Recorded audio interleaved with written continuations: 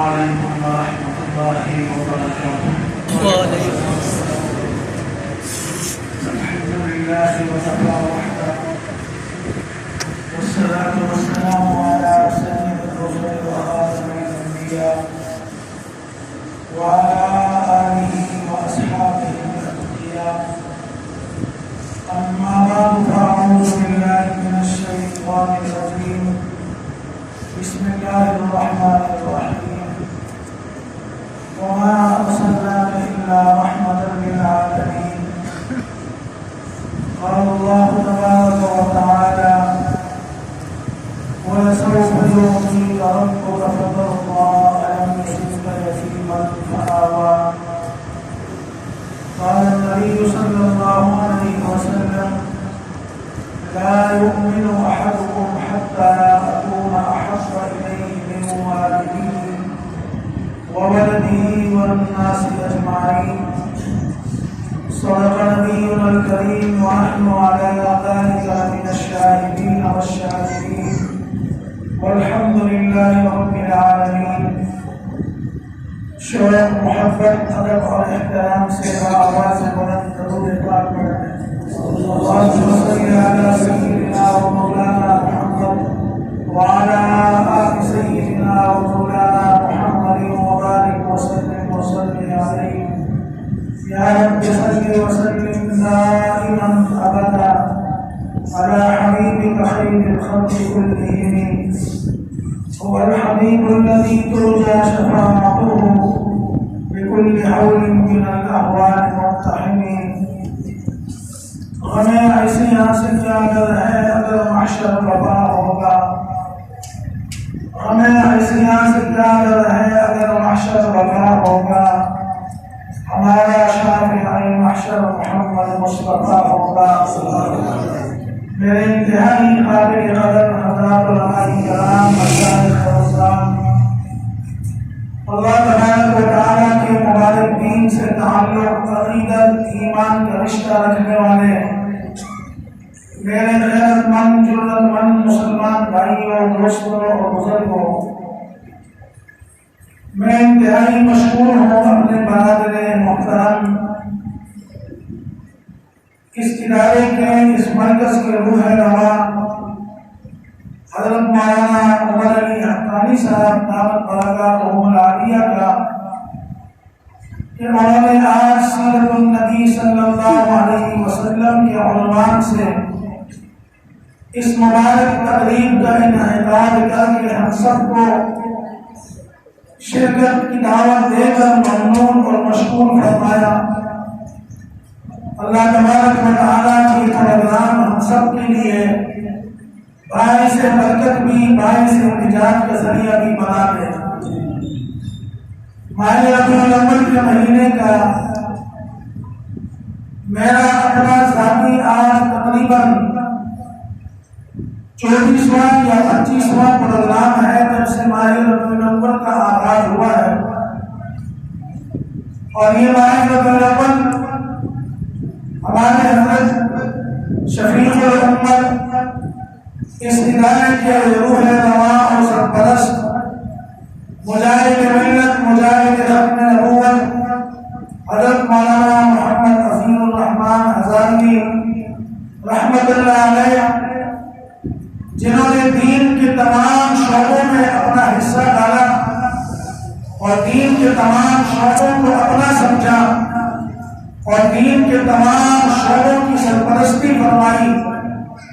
تو ماہ ربیع الاول میں راولپنڈی اسلام آباد اور اس کے گرد و نواح اور مضافات میں سیرت پاک کے عنوان سے عرصہ دراز سے پروگرامات کا انعقاد ان کی زندگی میں بھی ہوتا رہا، جس میں وہ بنفس نفیس شریک رہے.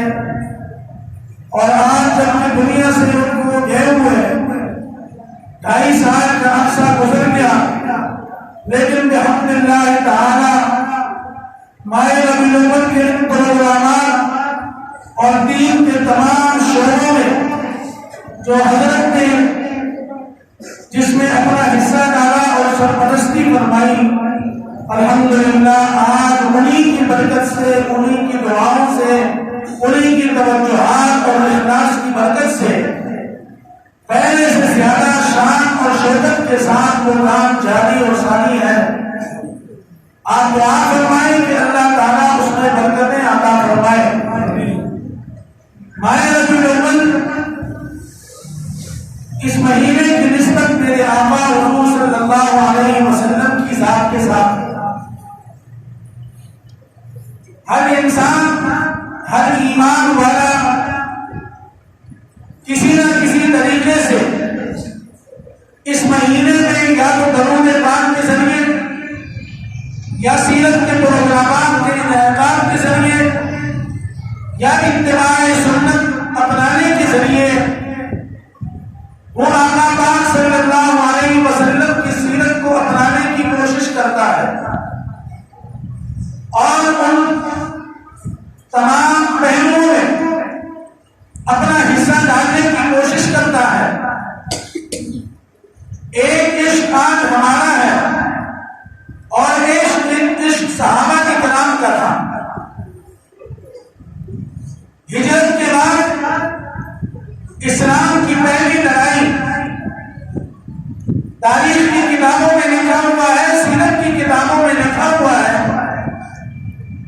کہ پہلی لڑائی بدر کی ہوئی جو اسلام کی تاریخ کی سب سے ابتدائی لڑائی تھی، جس میں حضور صلی اللہ علیہ وسلم نے یہ دعا مانگی کہ اے اللہ یہ میری مٹھی پر جماعت صحابہ کرام اہل بیت گرامی 313 نہتے اور مقابلے میں ہزاروں کا سام و سامان سے جنگی آلات سے لیس جمع غفیر افواج قبائل کو اکٹھے ہیں.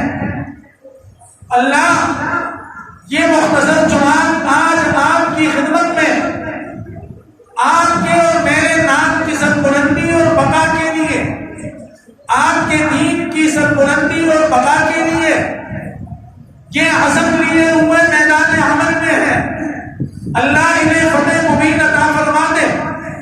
اگر آج یہ مصیبت جماعت مشرکین سے، یہود و نصارہ سے اگر یہ شکست کھا گئی تو قیامت کی صبح تک میرا اور آپ کا نام لینے والا اس دھرتی پر کوئی نہیں ہوگا. اللہ نے آپ کی دعا کو قبول فرمایا اور صحابہ کرام کفار کی صفوں کے اوپر ایسے چل دوڑے کہ آج بھی آپ بدر شریف کے میدان میں چلے جائیں، وہاں کسی اہل بدر میں سے اگر آپ ان سے ملاقات کریں، باتوں باتوں میں ان سے پوچھیں تو اشراف بدر آپ کو آج بھی یہ بتائیں گے کہ کبھی نہ کبھی رات کو ہمیں خواب کے اندر بھی صحابہ کرام کی ان گھوڑوں کی آوازیں آج بھی سنائی دیتی ہے. تو جب آپ نے لشکر کا تعین فرمانے لگے تو دو جماعتیں اس وقت موجود تھیں، ایک مہاجرین کی اور ایک انصار کی. تو آپ نے دونوں سے سوال کیا کہ کیا اللہ کا حکم ہے آپ نے اسلام کی بقا اور سربلندی کے لیے میرے ساتھ بدر کے میدان میں جانا ہے؟ تو انصار مہاجرین نے ایک زبان ہو کے فرمایا کہ یا رسول اللہ ہم تن من دھن آپ پر قربان کرنے کے لیے تیار ہیں.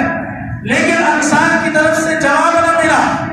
ایک صحابی رضی اللہ تعالیٰ عنہ نے جو انصار کی جماعت کے بڑے ہیں انہوں نے محسوس کیا کہ حضور صلی اللہ علیہ وسلم کے چہرہ مبارک میں کچھ تغیرات ہیں، محسوس کر رہے ہیں، پریشانی کی کیفیت ہے کہ مہاجرین نے تو جواب دے دیا، انصار کی جواب اور صلاح مشورے کے منتظر ہیں.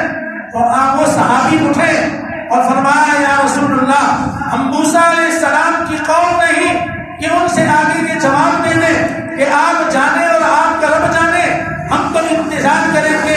یا رسول اللہ ہمیں حکم دیں تو ہم دریاؤں کے اندر بھی کود پڑیں. ایک عشق میں نے کیا، ایک عشق صحابہ اکرام نے کیا.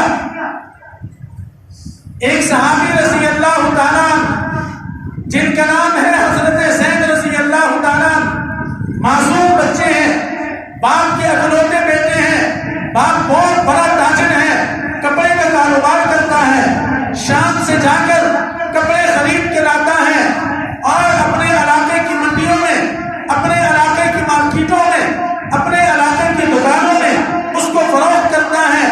تجارت کے اعتبار سے کپڑے میں بڑی مہارت رکھتا ہے۔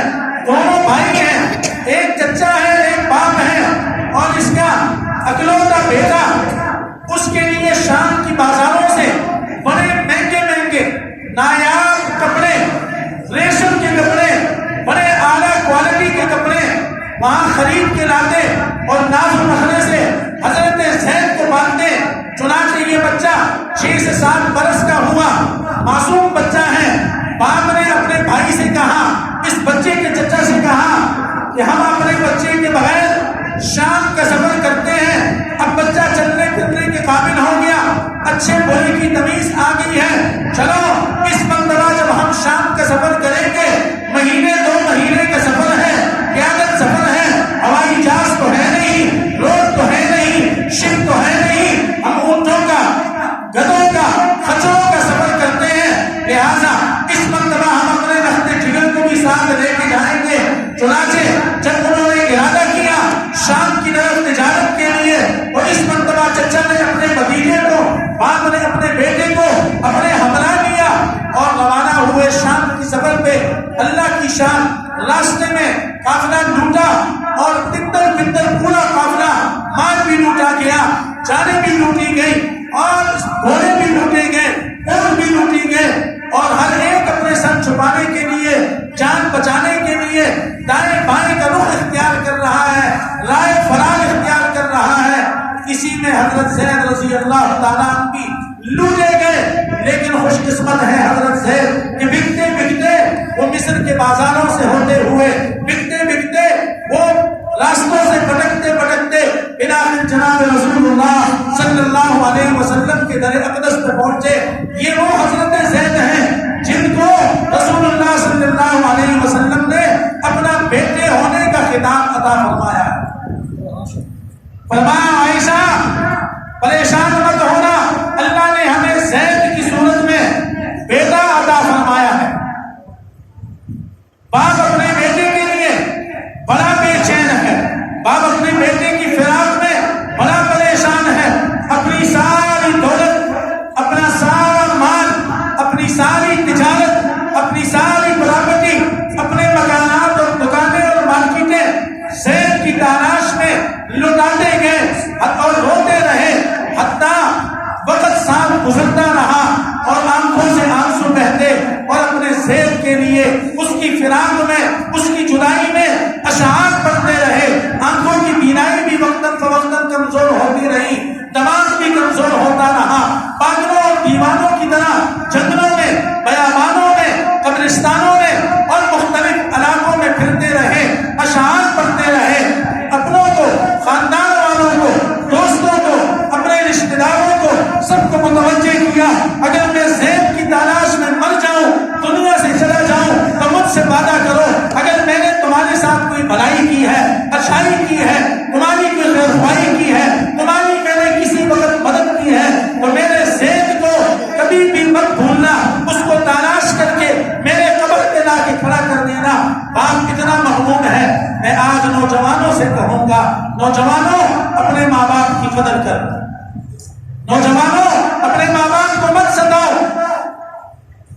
یہ وہی سفید ریش ہیں جو باہر ملکوں میں جا کے آپ کے لیے دیہاتیاں مزدوریاں کرتے رہے، یہ وہی سفید ریش ہیں جنہوں نے اپنی ساری خواہشات، اپنی زندگی کے سارے ارمان، اپنی زندگی کی ساری خوشیاں آپ کی خوشیوں پہ قربان کرتے ہوئے اپنے پاؤں کے نیچے روک دیے، آپ کو اچھے اسکول بھیجا، اچھے کالج بھیجا، اچھی یونیورسٹی بھیجا، اچھے مدرسے بھیجا، آپ کو حافظ بنایا، آپ کو عالم بنایا، آپ کو افسر بنایا۔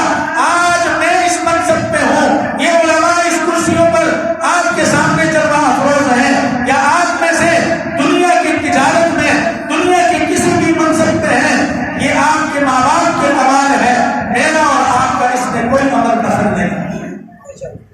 اس لیے اپنے ماں باپ کو مت ستانا۔ حضور صلی اللہ علیہ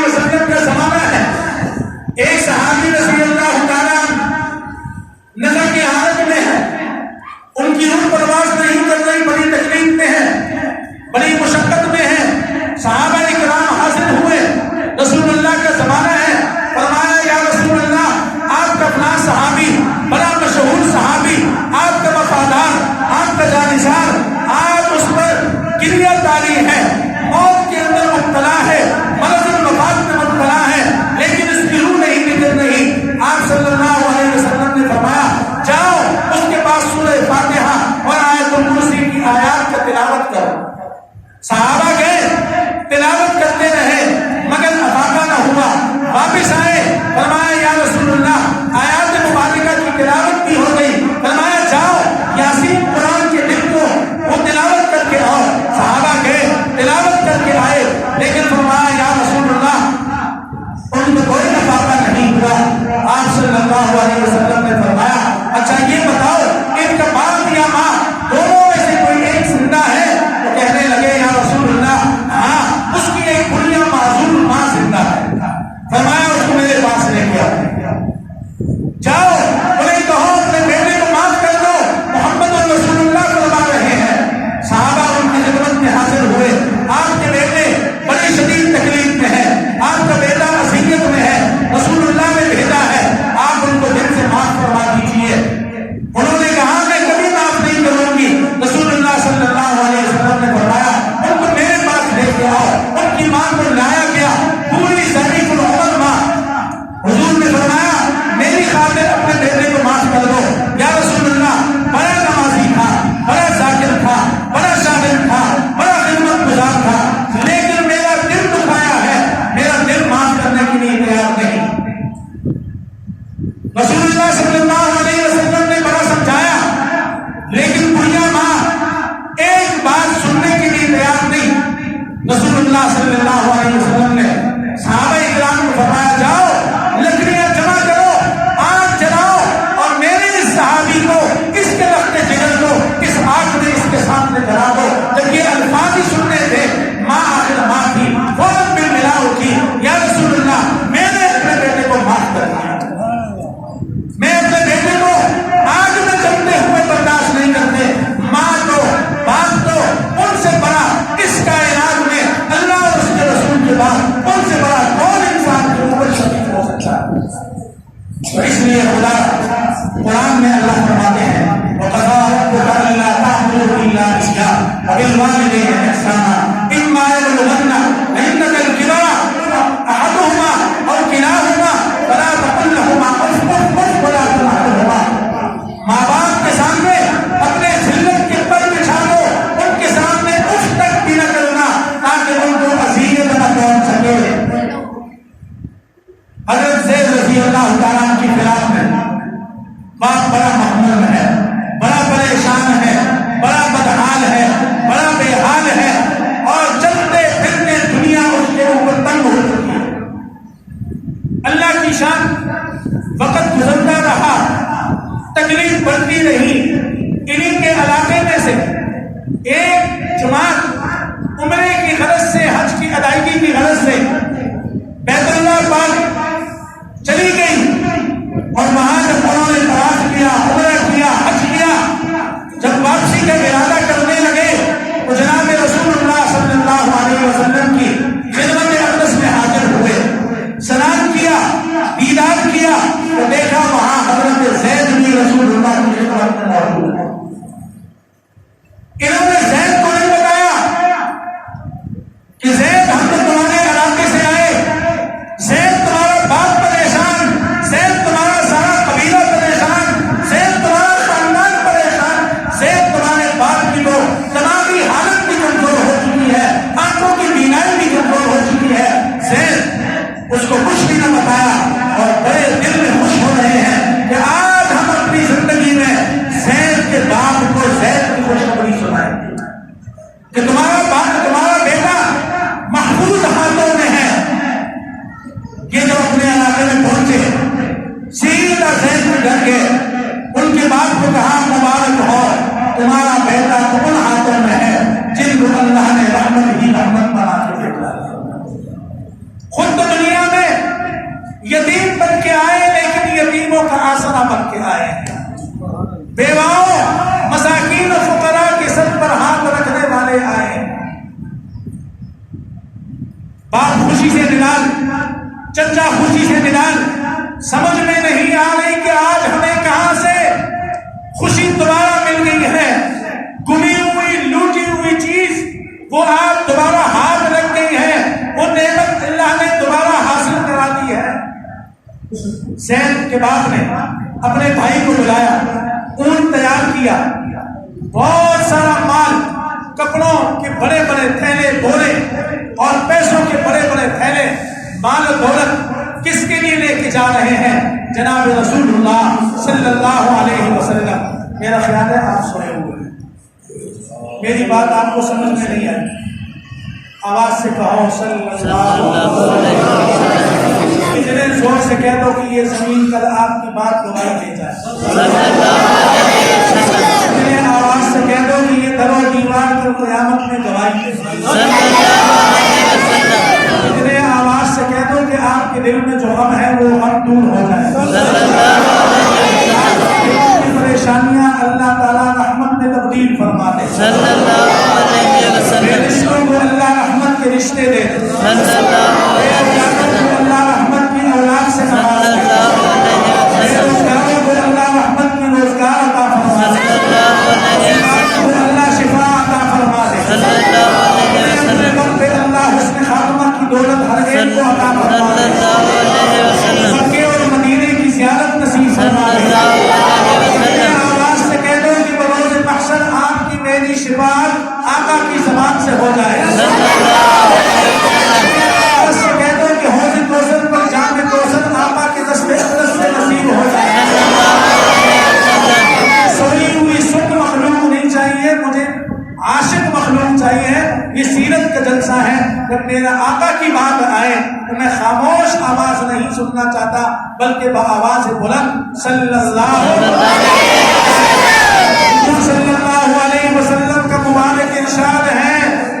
فضائل درود شریف میں شیخ الحدیث مولانا محمد زکریا رحمت اللہ علیہ نے، جنہوں نے فضائل اعمال کتاب لکھی، جنہوں نے درس و تدریس کے میدان میں کتب حدیث پر قلم اٹھایا، جن کی احادیث کی شرح سے آج پورے دنیا کے محدثین استفادہ کر رہے ہیں، جن کی ایک فضائل اعمال کی برکت سے نہ جانے کتنے بے نمازی آج نمازی بنے، جن کی ایک فضائل اعمال کی برکت سے کتنے سینے قرآن سے دور تھے، اللہ نے قرآن ان کے سینوں میں محفوظ کر دیا، کتنی زبانیں غیبتوں پہ، بدگمانیوں پہ، بدگوئیوں پہ، گالن گلوچ پہ عادی تھی، ان کی برکت سے اللہ نے ذکر اور درود شریف پر لگا دیا ہے۔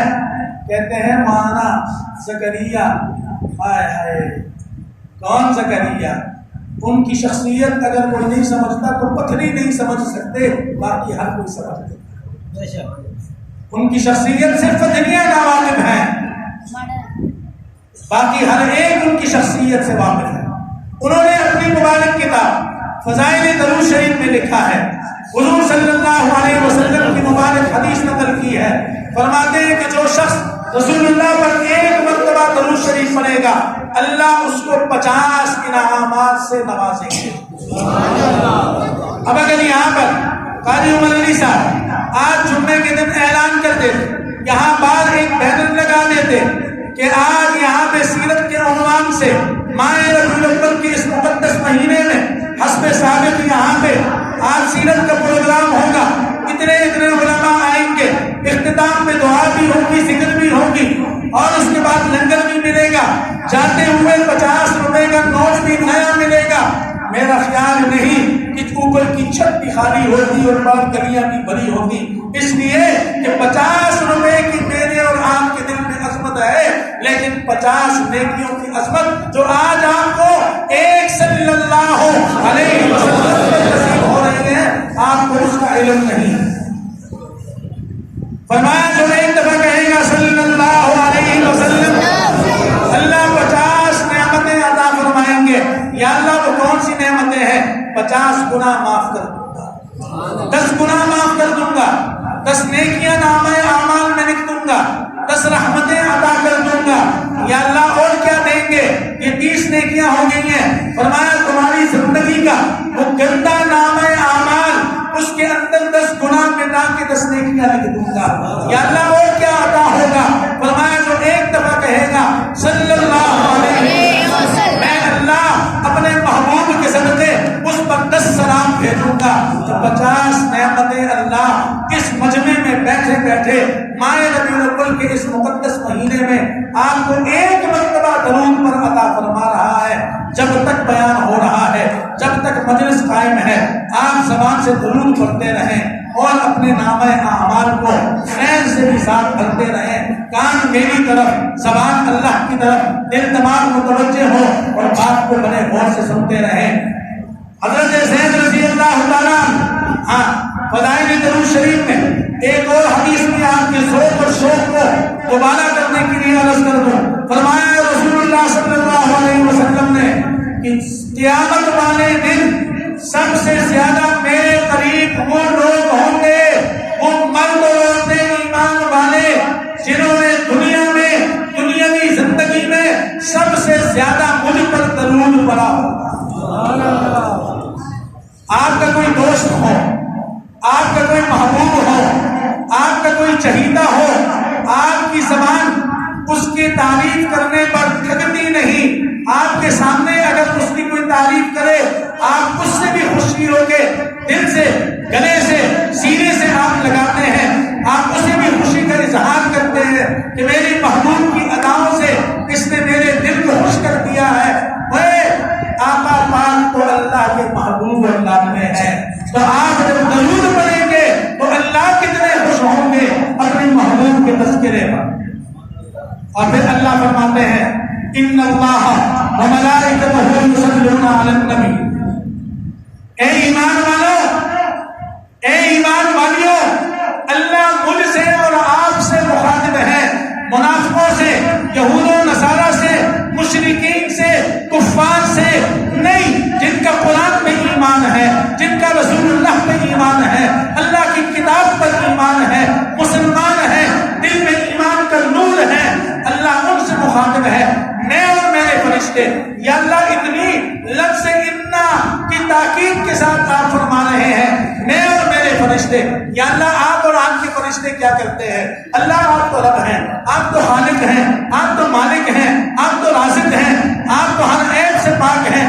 نماز ہمارے لیے، یا اللہ روزہ ہمارے لیے، ہم نے وہ کرنا ہے، آپ کو خوش کرنا ہے.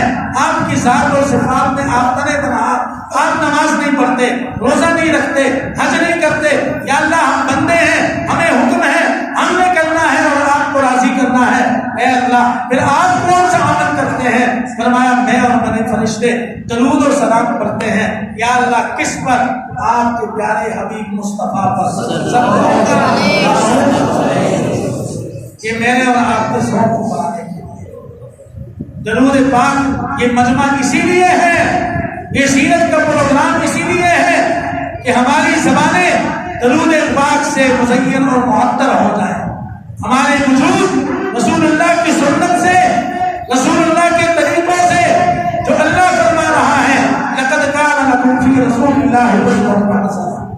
مومنین کو مومنات سے مخاطب ہے، جوانوں اور بوڑھوں سے مخاطب ہے، اپنوں سے مخاطب ہے.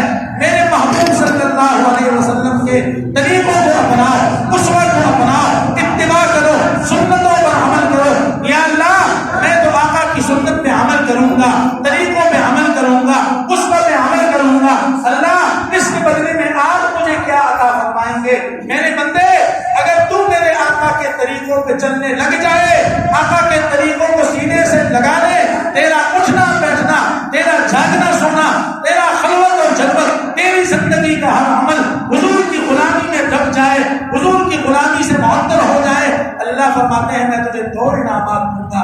تو سنت پہ عمل کرے گا، میں تو یا اللہ وہ کون سے 2 ہیں؟ میں تجھے رضا کا پروانہ دے دوں گا. زور سے کہو سبحان اللہ. اللہ کے بندے چونٹی نے سبحان اللہ کہا. حضرت سلیمان علیہ السلام کے تخت کو چونٹی کی آواز سنائی کے نیچے اوپر. سلیمان علیہ السلام نے کہا تو نے اپنی قوم سے چونٹیوں سے کیا کہا جب میرا تخت بن رہا تھا؟ وہ ڈرنے لگی کہ اللہ کے پیغمبر آج ہم دنیا سے بڑے متاثر ہیں. دنیا والوں نے جہاز اڑا دیے، دنیا والوں نے موبائل ایجاد کر دیے، دنیا والوں نے فلان ٹیکنالوجی اختیار کر لی، اور دنیا والوں نے آج 1,00,000 سال بعد ایک جہاز اڑایا،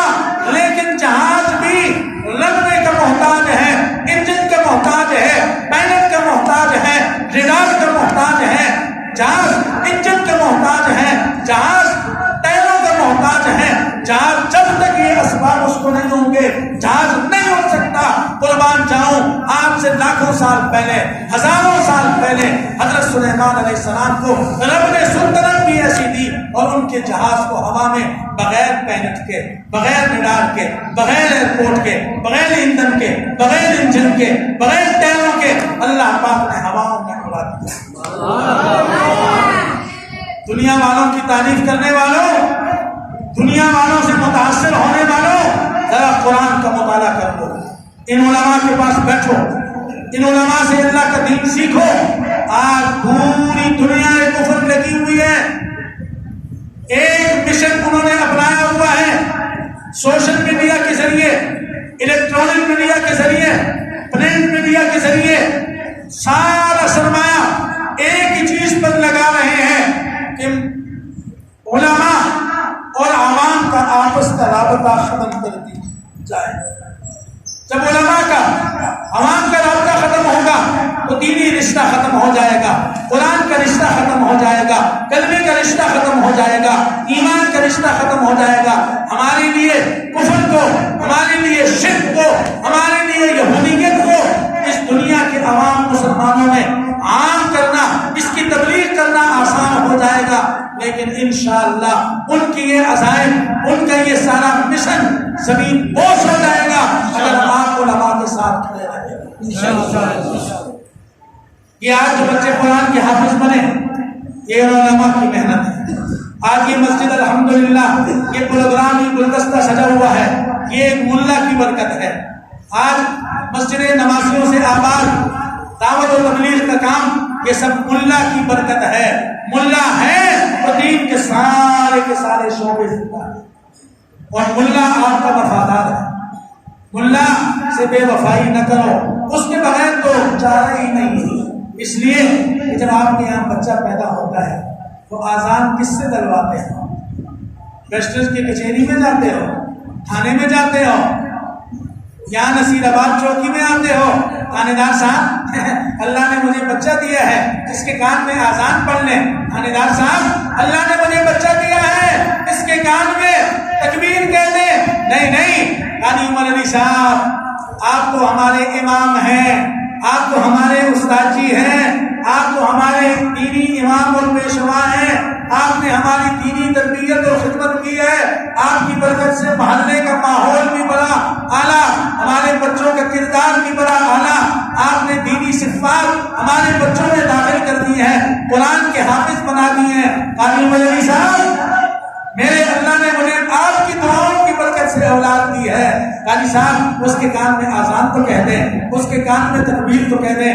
نہیں، صرف یہاں تک نہیں۔ قاضی صاحب میں تو بڑا گناہگار آدمی ہوں، قاضی صاحب میں تو بڑا ہی سیاہکار آدمی ہوں، میری زبان کہیں نہیں پھسل جاتی ہے، جھوٹ بھی بول دیتا ہوں، غیبت بھی کر دیتا ہوں۔ قاضی صاحب آپ تو 5 وقت کی نماز پڑھاتے ہیں، آپ کی زبان پر اللہ کا قرآن ہے، آپ کی زبان پر درود پاک کے ترانے ہیں، آپ کی زبان پر اللہ کا ذکر ہے، آپ کی زبان پر اچھی باتیں ہیں، دین کی باتیں ہیں۔ قاضی صاحب میرے بچے کو کھجور کی تحقیق کر کے اپنی انگلی سے اس کے منہ میں ڈال دیں تاکہ اس کی زبان بھی اللہ کے ذکر کی عادی بن جائے، درود شریف کی عادی بن جائے، قرآن کی تلاوت کی عادی بن جائے۔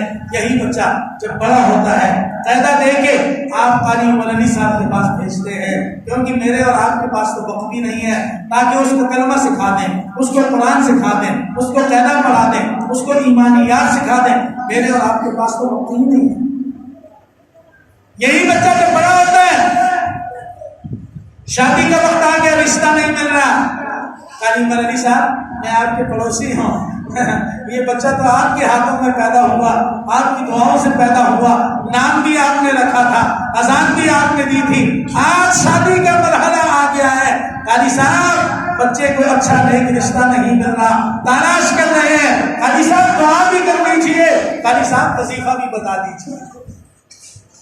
وہی قاضی صاحب بیچارہ پھر ہاتھ اٹھاتا ہے، جس کو کل تک گالیاں دیتے ہیں، ہاتھ اٹھاتے ہیں، یا اللہ نوجوان بچہ ہے، میرا شاگرد ہے، نمازی ہے، پڑوسی ہے، یا اللہ اس کو جیسے اس کے ماں باپ چاہتے ہیں ویسے ہی رشتہ دے دو۔ اچھا جی اگر جنانی مل جاتی ہے، نکاح کا وقت آ جاتا ہے، کون سا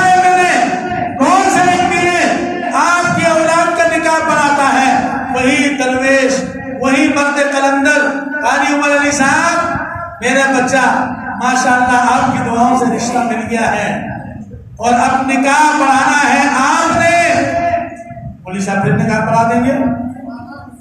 اب زندگی گزرتی رہی، جب بوڑھے ہو گئے، بیمار ہو گئے، دم درود بھی مولوی صاحب، تعویذ بھی مولوی صاحب، دنیا سے چلیں گے، غسل بھی مولوی صاحب، جنازہ بھی مولوی صاحب، 3 دن تک دعائیں بھی مولوی صاحب، لیکن صرف یہاں دنیا تک، موت تک محدود نہیں ہے، کل قیامت والے دن اللہ جب جنتیوں کو سب کچھ عطا فرما دیں گے، ساری نعمتیں اللہ جنتیوں کو عطا فرمائیں گے، جنتی خوش ہوں گے، یا اللہ دنیا میں 3 مرلے کا مکان نہیں بنا سکا، 5 مرلے کا مکان نہیں بنا سکا، ڈبل سٹوری نہیں بنا سکا، کرائے کے مکانوں میں در بدر پھرتا رہا، گزارا کرتا رہا، چھوٹیوں میں رہتا رہا، سستے مکان ڈھونڈتا رہا، یا اللہ لیکن اپنے ایمان کو مضبوط رکھا، آپ کے احکامات پر عمل کرتا رہا، رسول اللہ کی تعلیمات پہ عمل کرتا رہا، اللہ آپ نے آج ہمیں وہ کچھ عطا کر دیا ہے کہ نہ کسی دنیا کی آنکھ نے دیکھا، نہ کان نے سنا، نہ کسی کے دل اور دماغ پر اس کا وہم آیا، یا اللہ آپ نے تو آج وہ کچھ دے دیا ہے کہ ہماری تو تصور سے بھی بالا تر ہے، یہ اپنی خوشیوں میں مگن ہوں گے۔ میری طرف بھائی بچے ذرا شور نہ کرو، میری طرف، میں بھی بہت تھکا ہوں، رات کو 1:30 بجے میں ڈیرہ اسماعیل خان سے آیا ہوں صرف اس پروگرام کے لیے، کل میں نے تلنگانہ جانا ہے، 2 پروگرام وہاں کرنے ہیں، اللہ کے بندو میری طرف ذرا توجہ رکھو، گپوں کے لیے ساری زندگی آپ کے پاس پڑی ہے، مجمع کو خراب نہ کرو، جنہوں نے باتیں کرنی ہیں وہ بات چلے جاؤ، میں خود تھکا ہوں، آپ کو اللہ کا دین سنا رہا ہوں، کچھ آپ کے اندر بھی احساس ہونا چاہیے، ایسے حرکت بالکل نہ کرنا، اللہ کا دین قدردانی سے سنو گے تو دنیا آخرت میں فائدہ ملے گا، ناقدری سے سنو گے تو خراب ہو جاؤ گے، زوال نعمت کے شکار ہو جاؤ گے، اللہ کی ناراضگی اور وبال کا سبب بن جاؤ گے، اس لیے کبھی ایسی حرکت نہ کرنا۔ تو جنتیوں کو سب کچھ نعمتیں ملی، اپنی اپنی خوشیوں میں مگن ہیں،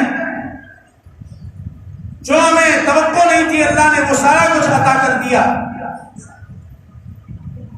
ایک دن آواز آئی کہ جنتیوں ایک نعمت ایسی ہے جو ابھی تمام جنتیوں کے لیے باقی ہے۔ جنتی ایک دوسرے سے پوچھیں گے یار اتنی بڑی زمین اللہ نے دی ہے، اتنے بڑے محل، اتنے بڑے باغات، اتنی بڑی نعمتیں، دودھ شہد شراب، ٹھنڈے پانی، میٹھے پانی کی نہریں اور جناب 70 حوریں، اللہ اکبر، ساری نعمتیں، جو دل میں خواہش آتا ہے بٹوا نہیں کھولتے، بٹوا تو وہاں ہوگا ہی نہیں، کپڑوں کے ساتھ جیب نہیں ہوگی، جس دل میں خواہش پیدا ہوگی وہ درخت خود آ جائے گا، وہ نعمت سامنے آ جائے گی، میں نے یہ کھانا ہے، وہاں واش روم بھی نہیں ہوگی۔ آج مسجد پہ پیسے نہیں لگاتے، سب سے زیادہ پیسے واش روم پہ لگاتے ہیں، کیونکہ وہاں ہم نے سونے کی ڈھیلے کرنے ہیں۔ اللہ کے گھر کو آباد کیا کرو، اپنے پیسے اچھی جگہ پہ لگاؤ تاکہ تمہارے مرنے کے بعد تمہارے لیے صدقہ جاریہ ثابت ہو۔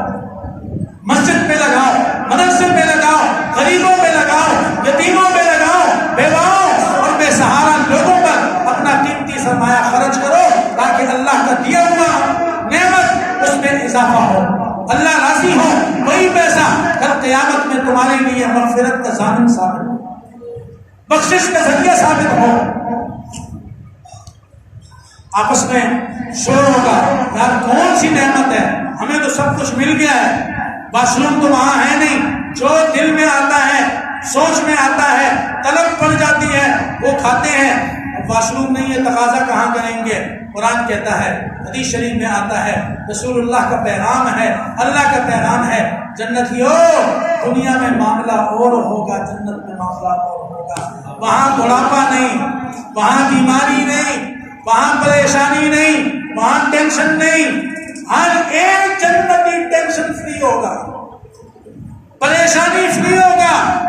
جیسے آج شوگر کا مریض ہے نا، وہ کہتے ہیں یار چائے بھی دو گے تو شوگر فری دے دینا، مٹھائی لاؤ، دل تو کرتا ہے لیکن شوگر فری ہو، وہاں سب ٹینشن فری ہوں گے انشاءاللہ۔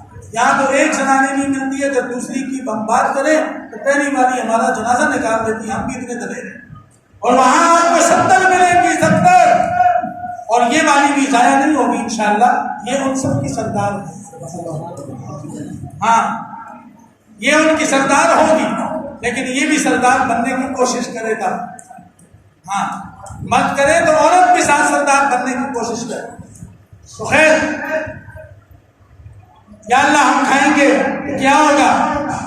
فرمایا کہ ایسا مبارک پیارا پسینہ یہاں پیشانی پہ آ جائے گا جس کی خوشبو دنیا کی کڑوی پھیکی لنگڑی بوڑھی خوشبو نہیں ہوگی، مشک عنبر کی خوشبو ہوگی. نہیں تو ٹکار آ جائے گا، اور ٹکار بھی بڑا خوشبودار، سب کچھ ہضم.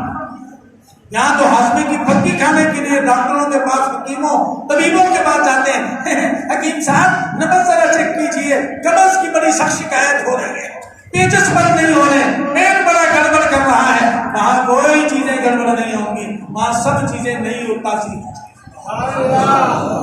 وہاں کی تیاری کرو، مسجد کے ماحول کو آباد کرو، رسول اللہ کی غلامی کرو، اللہ پاک کے احکامات کی فرمان برداری کرو. انشاءاللہ جنت اللہ نے بنائی ایمان والوں کے لیے، وہ کافروں کے لیے نہیں. یا اللہ آواز آئی ہے، آپس میں گفتگو ہوگی کہ کون سی وہ چیز ہے، نعمت ہے جو رہ گئی ہے. ان کو اب سمجھ میں نہیں آئے گی، پھر یہ آئیں گے استاد جی مولوی صاحب دنیا میں آپ نے میرا نکاح بھی پڑھایا تھا، کان میں اذان بھی دی تھی، میرے ابا جی کو غسل بھی آپ نے دیا تھا، جناب جنازہ بھی آپ نے پڑھایا تھا 3 دن، باقی تو چاول کھا کے مونچھوں کو مت دے کے چلے گئے تھے، آپ مصلی میں بیٹھ کے دعائیں کرتے رہے. استاد جی آواز آئی ہے کہ ایک نعمت باقی ہے. استاد جی کہیں گے پاگلو، ساری جنت نعمتیں ایک طرف، اللہ کا دیدار باقی ہے وہ ایک طرف. وہاں تو رحمان کا دیدار بھی ہوگا، اس سے بڑھ کے کیا نعمت ہوگی. وہاں تو اپنے پیغمبر رسول اللہ صلی اللہ علیہ وسلم کا دیدار مبارک ہوگا، صحابہ اہل بیت کا دیدار ہوگا، اولیاء پاک کا جن کے ہم نام لیوا ہیں، جو ہماری آنکھوں اور سروں کے تاج ہیں، ان کا دیدار ہوگا، نیکوں کا دیدار ہوگا. اللہ ہم سب کو کرائے. بہرحال یہ بہت سارا ساز و سامان لے کے مکہ مکرمہ کے لیے روانہ ہوئے. بڑے دنوں کا طویل سفر طے کر کے تھکے ٹوٹے ماندے پوچھتے پوچھتے رسول اللہ صلی اللہ علیہ وسلم کے در پہ پہنچے. سلام کیا، بڑے ادب سے بیٹھے، بڑے محتاج اور سائل بن کے بیٹھے، کیونکہ ضرورت ان کی ہے، رسول اللہ کی نہیں ہے. بڑے ہدیے لا کے دیے، کپڑوں کے بڑے بڑے تھیلے، دینار اور اشرفیوں کے بڑے بڑے تھیلے. یا رسول اللہ آپ تو اللہ نے آپ کو رحمتی بنا کے بھیجا، خود تو آپ آمنہ کے درے یتیم ہیں، لیکن یتیموں کے آسرا بن کے آئے ہیں، دکھیا انسانوں کے دلوں پر مرہم پٹی رکھنے والے ہیں.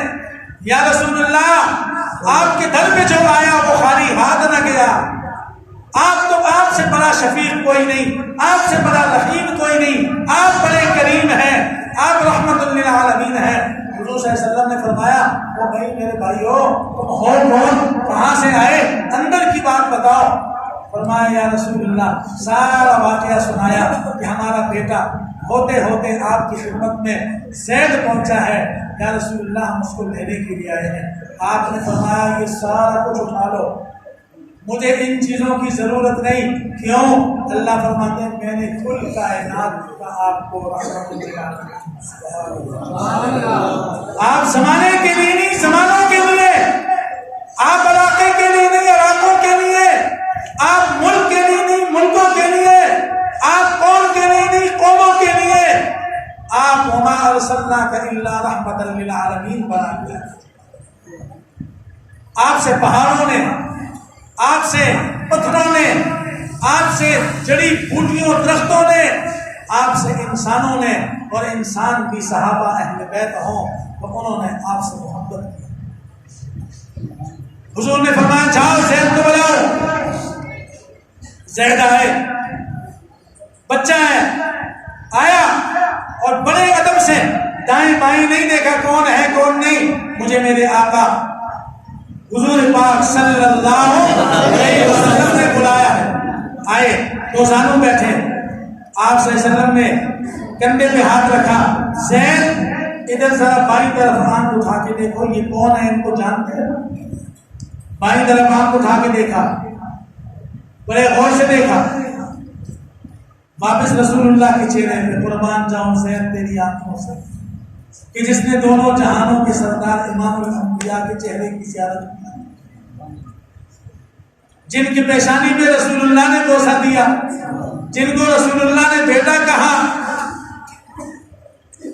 فرمایا یا رسول اللہ میرے ماں باپ آپ پر قربان ہوں، میں ابھی انت و امی یا رسول اللہ صلی اللہ علیہ وسلم، یہ میرے ابا جان ہیں، یہ میرے چچا جان ہیں، زید یہ تمہیں لینے کے لیے آئے ہیں، میری طرف سے تمہیں اختیار ہے، اجازت ہے، اگر تم جانا چاہتے ہو تو زید چلے جاؤ۔ زید کی آنکھوں میں آنسو آ گئے، فرمایا یا رسول اللہ میرے ماں باپ آپ پر قربان ہوں، میں اپنے ماں باپ کی شفقت سے انکاری نہیں، ان کے منظر سے انکاری نہیں، ان کی محبتوں سے انکاری نہیں، ان کے لاڈ اور پیار سے میں انکاری نہیں، یا رسول اللہ آپ کے در کو کبھی چھوڑ کے نہیں جا سکتا۔ سبحان اللہ۔ باپ کی طرف سے آواز آئی، بیٹا تجھے کیا پتا تیری ماں اور میں اور میرا پورا خاندان تیری فراق میں رو رہا ہے، تیری جدائی میں میری آنکھوں کی بینائی جا رہی ہے، میرے دماغی توازن خراب ہو رہا ہے، زید بیٹا تجھے یاد ہو آپ تو پھٹے پرانے کپڑے پہنے ہیں، میں تو تیرے لیے 100 درہموں دینار کے کپڑے شام کی بازاروں سے بنوا کے خرید کے لا کے تجھے پہناتا تھا، زید آج کی غلامی کو آزادی کی کیوں ترجیح دے رہا ہے؟ اور آج کے دانشوروں، آج کے آزاد خیالوں، اللہ ہمیں زید جیسا ایمان اور جذبہ عطا کر دے۔ فرمایا میرے ابا خدا کی قسم، پھر قسم، آج کی دنیا کی تمام خوشیاں اور آزادیاں میرے آقا حضور کی طلبوں پہ قربان جائیں۔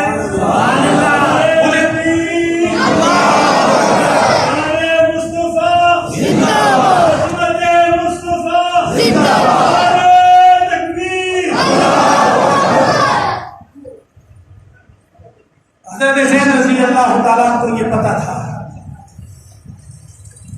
کہ غلامی رسول میں، آج ہم تو بڑے نعرے لگاتے ہیں غلامی رسول میں موت بھی قبول ہے، ہمیں پتہ ہے نا، نعرے والے تو لگا لیں گے، موت تو آنی کوئی نہیں ہے، مرنا تو ہم نے ہے کوئی نہیں ہے، اور غلامی رسول میں داڑھی رکھنا بھی رسول اللہ کی سنت ہے،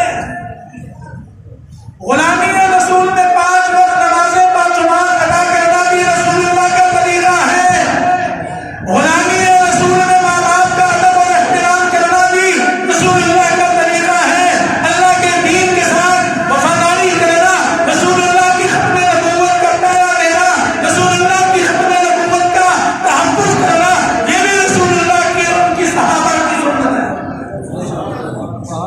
میٹھی میٹھی حلوہ کھاؤ سنتیں ہیں، آج گلیاں سج رہی ہیں، سجاؤ، وہی بات، خوشیاں مناؤ، گلی محلے سج رہے ہیں، ٹریفک بند ہو رہی ہے، اور پتہ نہیں کھمبوں سے کہاں سے بجلی لگا رہے ہیں، عشق منایا جا رہا ہے۔ وہ اللہ کے بندوں، نائی 24 گھنٹے داڑھی مونڈ کے رسول اللہ کی سنت کا جنازہ نکال رہا ہے، اس کی دکان پہ بھی بتیاں لگی ہیں، نالین شریف لگی ہے، جھنڈی لگی ہے، وہ بھی عشق رسول اور عشق مصطفیٰ کا دعویٰ کرتا ہے۔ سارا دن بینکوں میں سودی کاروبار لین دین ہو رہا ہے، وہاں کی عمارتوں میں نالین لگی ہوئی ہے، کیا ہم عشق کر رہے ہیں یا رسول اللہ کے آمنہ کے در یتیم اور سبز گنبد کے مکین کا دل دکھا رہے ہیں؟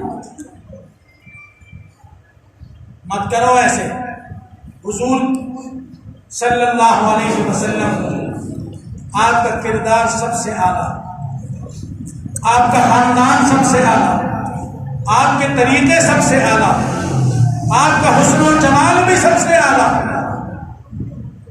جب اللہ نے ہر اعتبار سے ہمیں آقا حضور پاک صلی اللہ علیہ وسلم جیسی شخصیت، جیسا نمونہ، جیسا انسان، جیسا نبی، جس کے سر پہ امامت کا تاج بھی رکھ دیا، ختم نبوت کا تاج بھی رکھ دیا، ختم الرسل کا تاج بھی رکھ دیا۔ اللہ نے ہمیں وہ نبی عطا کیا ہے، اس نبی کی غلامی اور اتباع کون کرے؟ اللہ تعالیٰ اس مرکز کو تا قیامت شاہ کو آباد رکھے۔ حضرت مولانا قاری مدنی صاحب حقانی دامت برکاتہم کو اللہ تعالیٰ ان کے فیض کو اور عام فرمائے۔ ان کے برادران مکرم مولانا زبیر علی صاحب، مولانا سفیان صاحب، الحمدللہ یہ نوجوان بچے بھی دین کی خدمت میں مصروف عمل ہیں۔ اللہ ان سب کی قربانیوں کو اور جنہوں نے ان کو دین پڑھایا، میرے حضرت ہزاروی کو اللہ کروٹ کروٹ جنت الفردوس میں اعلیٰ مقام عطا فرمائے۔ جنہوں نے اس مشن پہ ان کو مجھے لگایا ہے، اللہ اس محسن کو بہت بدلے عطا فرمائے اور ان کی توقعات سے زیادہ اللہ پاک ہمیں دین کی خدمت کرنے کی توفیق عطا فرمائے۔ وآخر دعوانا الحمدللہ رب العالمین۔